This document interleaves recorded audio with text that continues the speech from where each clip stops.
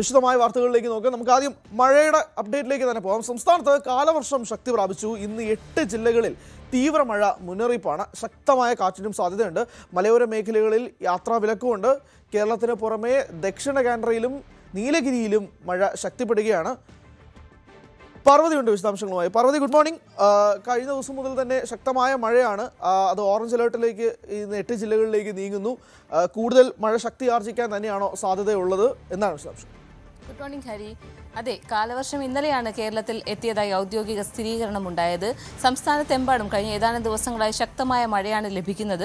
ഇന്നും കഴിഞ്ഞ ദിവസം രാത്രിയും പുലർച്ചെയും അടക്കം സംസ്ഥാനത്ത് വിവിധ ഇടങ്ങളിൽ ശക്തമായ മഴ പെയ്യുന്നുണ്ട്. ശക്തമായ കാറ്റും ഉണ്ട്. ഇന്ന് ഈ മാസം 8 വരെ കനത്ത മഴ തുടരുമെന്നാണ് കാലാവസ്ഥാ നിരീക്ഷണ കേന്ദ്രം വ്യക്തമാക്കുന്നത്. ഒപ്പം തന്നെ ഇന്ന് 8 ജില്ലകളിലാണ് ഓറഞ്ച് അലേർട്ട് ഉള്ളത്. മധ്യ കേരളത്തിലും വടക്കൻ കേരളത്തിലുമാണ് ഇന്ന് തീവ്ര മഴ പെയ്യുമെന്ന മുന്നറിയിപ്പ് കാലാവസ്ഥാ കേന്ദ്രം നൽകിയിട്ടുള്ളത്. എറണാകുളം, തൃശൂർ, പാലക്കാട്, മലപ്പുറം, കോഴിക്കോട്, വയനാട്, കണ്ണൂർ, കാസർഗോഡ് ജില്ലകളിലാണ് ഇന്ന് ഓറഞ്ച് അലേർട്ട് പ്രഖ്യാപിച്ചിട്ടുള്ളത്.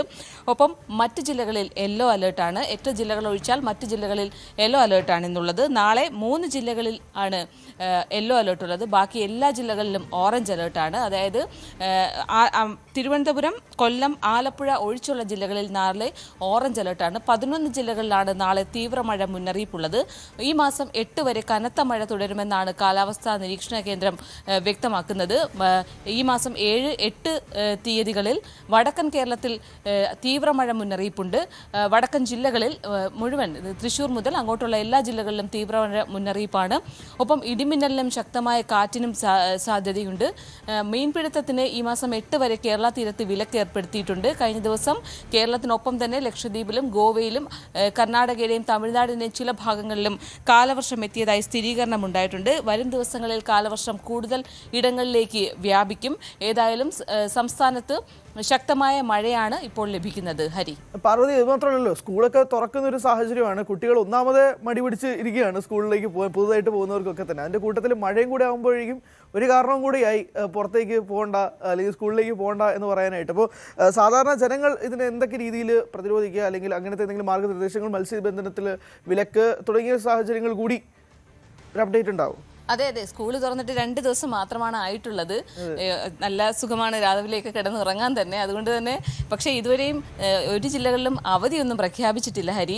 കാരണം വരും ദിവസത്തെ ഒരു സാഹചര്യം കൂടെ നോക്കിയായിരിക്കും ജില്ലാ കളക്ടർമാർ അവധി അടക്കമുള്ള കാര്യങ്ങൾ പ്രഖ്യാപിക്കുന്നത്.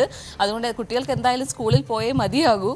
പിന്നെ ഒരു അലേർട്ട് ഉള്ളതെന്ന് വെച്ച് കഴിഞ്ഞാൽ മലയോര മേഖലയിൽ താമസിക്കുന്ന ജനങ്ങൾക്കാണ്. ഇവിടെ ശക്തമായ മഴ തുടരുന്ന ഇടങ്ങളിൽ മണ്ണിടിച്ചിൽ അത്തരം കാര്യങ്ങൾ ഉണ്ടാകാൻ സാധ്യതയുള്ള സ്ഥലങ്ങളിൽ നിന്ന് ആളുകൾ മാറി താമസിക്കണം എന്നൊരു നിർദ്ദേശം കഴിഞ്ഞ ദിവസങ്ങളിൽ തന്നെയുണ്ട്.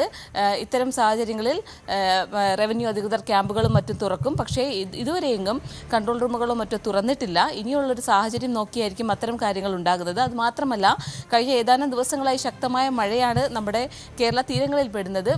പടിഞ്ഞാറൻ കാറ്റും ശക്തമായിരുന്നു. അതുകൊണ്ട് തന്നെയാണ് മത്സ്യത്തൊഴിലാളികൾ കേരള തീരത്ത് മത്സ്യബന്ധനം നടത്തരുതെന്നൊരു നിർദ്ദേശമുണ്ടായിരുന്നു. ഈ വിലക്ക് ഈ മാസം 8 വരെ തുടരും. ഹരി, യെസ്, വ്യക്തമാണ്. എന്തായാലും മഴ ആയതുകൊണ്ട് സ്കൂളിലേക്കൊന്നും പോകാതിരിക്കരുത്. നല്ല മഴയായിരിക്കും, ഉറങ്ങാനൊക്കെ നല്ല സുഖമായിരിക്കും. പക്ഷേ ഒരു തരത്തിലും ജില്ലാ കളക്ടർമാർ ആരും തന്നെ അവധി പ്രഖ്യാപിച്ചിട്ടൊന്നുമില്ല. സ്കൂൾ തുടങ്ങി 2 ദിവസമേ ഉള്ളൂ. അതുകൊണ്ട് സ്കൂളിലേക്ക് എണീറ്റ് പോകാൻ നോക്കുക. പുതുതായിട്ട് ചേർന്നവരും സ്കൂളിൽ പോകുന്നവരും ഒക്കെ തന്നെ. എന്തായാലും പാർവതിയാണ് വിശദാംശങ്ങൾ നൽകിയത്. നമുക്ക്